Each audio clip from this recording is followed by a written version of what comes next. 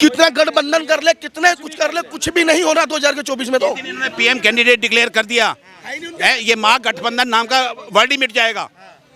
PM candidate declare करने से डर रहा है महागठबंधन। जी एकदम कर रहे हैं।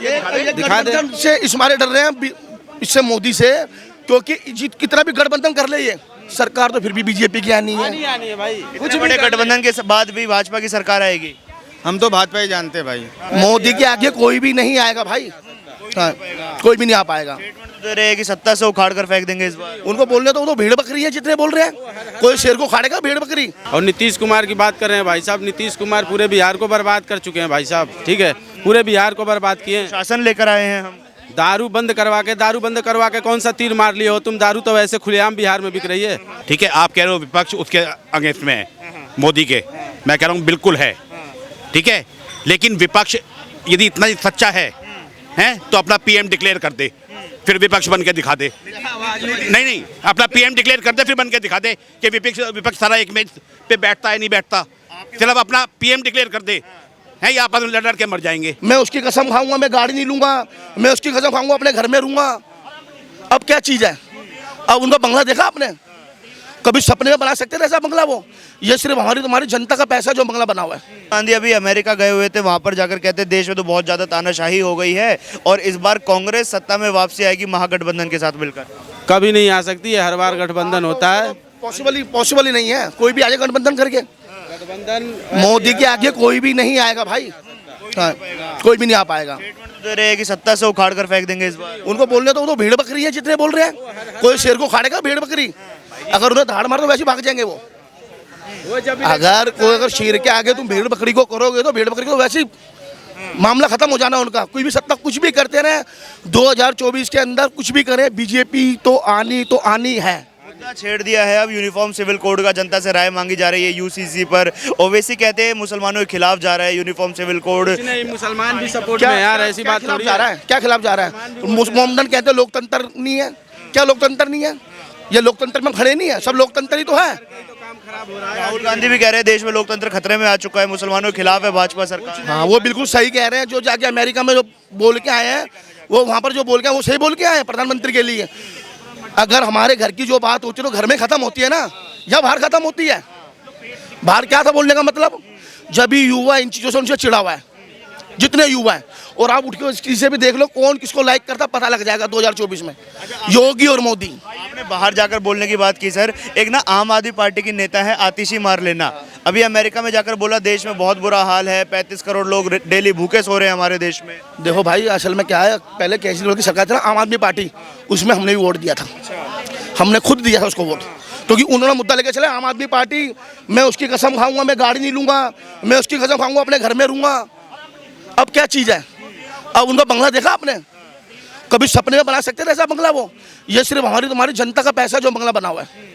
शरद पवार को भ्रष्टाचारी बताते हैं, अखिलेश को भ्रष्टाचारी बताते हैं, लालू प्रसाद को भ्रष्टाचारी बताते हैं, और फिर उसके बाद सबके साथ हाथ में हाथ मिलाकर ऐसे खड़े हो रहे हैं। क्या दर्शाता है ये कि पहले भ्रष्टाचार के विरोध में आए, अब उन्हीं भ्रष्टाचारियों से गठबंधन कर रहे हैं?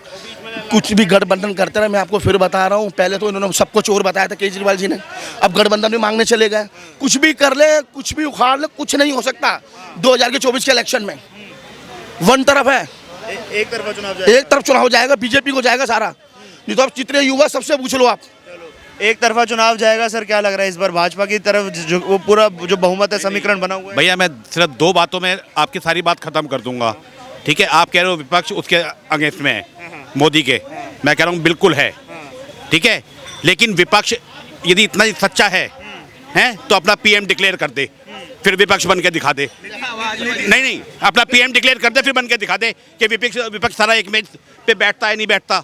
सिर्फ अपना पीएम डिक्लेयर कर दे, है या आपस में लड़ के मर जाएंगे। आपकी बात का जवाब नीतीश कुमार दे चुके। पता क्या कह रहे थे? वो कह रहे हैं कि पीएम तो हम बाद में चुनते रहेंगे, पहले मोदी जी को हटाएं। बाद में क्यों चुनेंगे? बाद में क्या जनता बेवकूफ़ है कि ये तो लड़ के हो जाएंगे, फिर इलेक्शन आ जाएंगे? हैं, फिर इलेक्शन आ जाएंगे। जनता क्या बेवकूफ़ है? हमारे पैसे इलेक्शन लड़ते हैं ये।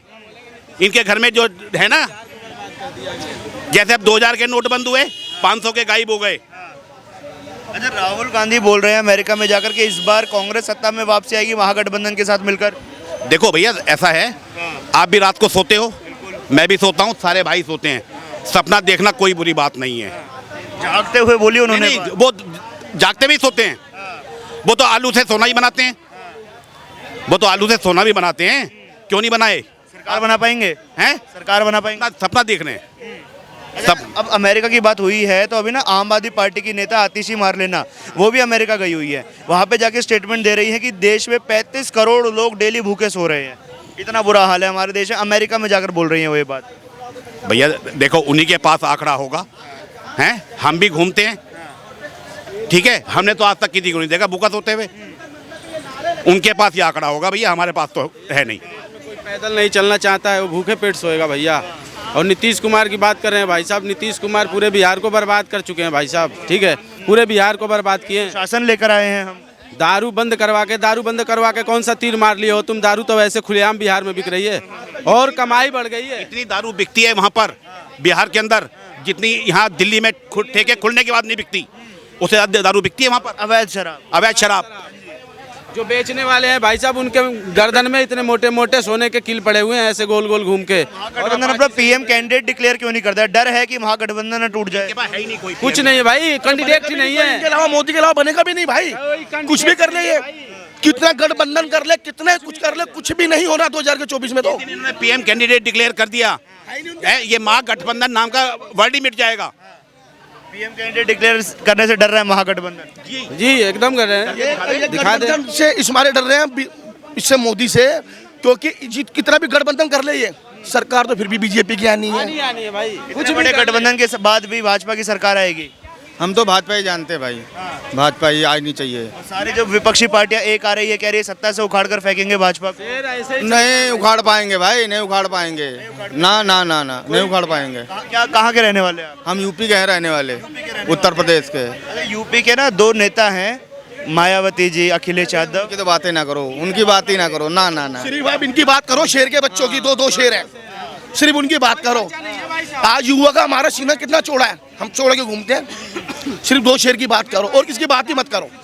मुख्यमंत्री है, जैसा मुख्यमंत्री है वैसे ही प्रधानमंत्री भी चाहिए।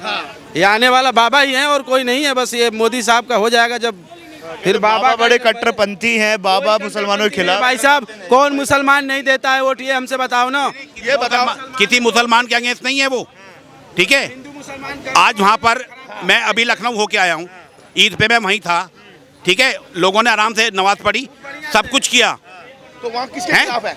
अब किसी के अगेंस्ट नहीं है वो कहता है सब अपना धर्म अपने उससे मनाओ, लेकिन एक दूसरे के धर्म में दखल मत दो, वो ये बोलते हैं। हिंदू मुसलमान कौन सी पार्टी करती है? एक केजरीवाल कर रहा है और एक ओवैसी कर रहा है और एक कांग्रेस है, बस ये 3-4 पार्टी है।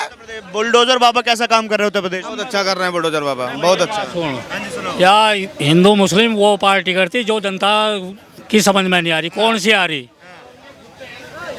अब्बा जान कौन थे? फिरोज गांधी। तो भाई पोते में तो असर होगा नहीं होगा, तो हिंदू मुस्लिम तो करेगा उसे, यूं ही पता नहीं चलता तुझे मुसलमान में जाना या हिंदू। कहते मैं जनेऊधारी ब्राह्मण हूँ, दत्तात्रेय गोत्र है मेरा, ऐसी ऐसी बातें गिनवाते राहुल गांधी। वे इतने बड़े फ्रॉड हैं। फिरोज गांधी उनके परिवार में शरीक हो जाता है, फिरोज से वो खान से गांधी बना दिया जाता है, सोनिया को गांधी बना दिया जाता है, प्रियंका को बांड्रा क्यों बना दिया, उसे गांधी क्यों नहीं बनाया? भैया एक बात आओ, आज तक का इतिहास है, ठीक है।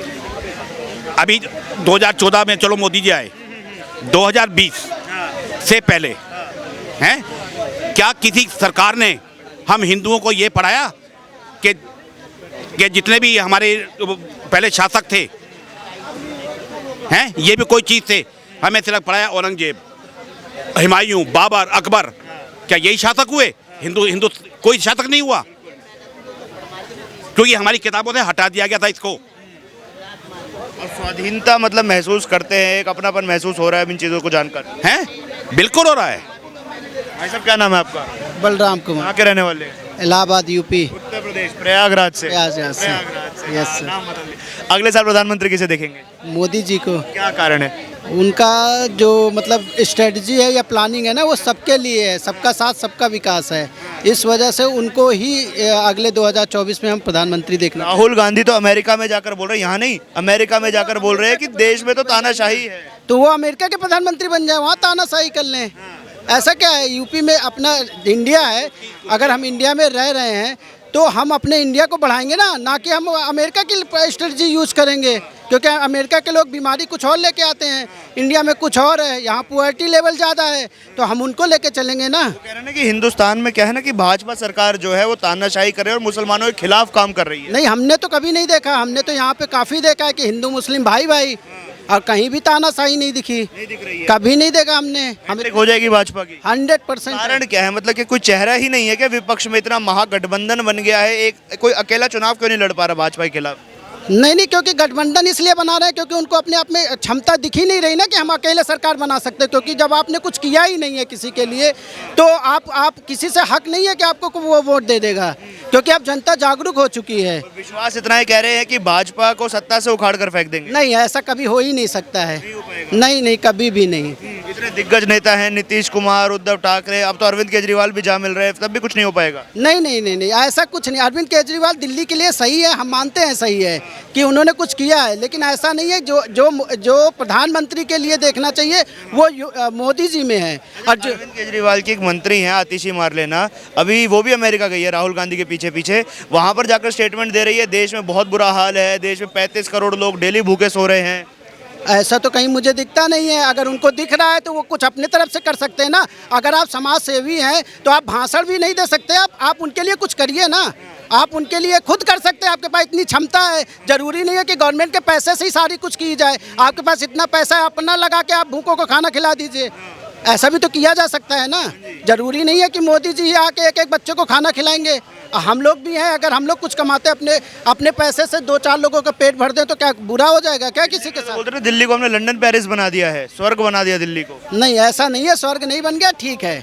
हम अपने भारत को कभी खराब कह ही नहीं सकते, वो चाहे दिल्ली हो और चाहे बीहड़ गाँव हो, सब लोग मानव है, यहाँ इंसान रहते हैं और इंसानियत रहनी चाहिए हमेशा।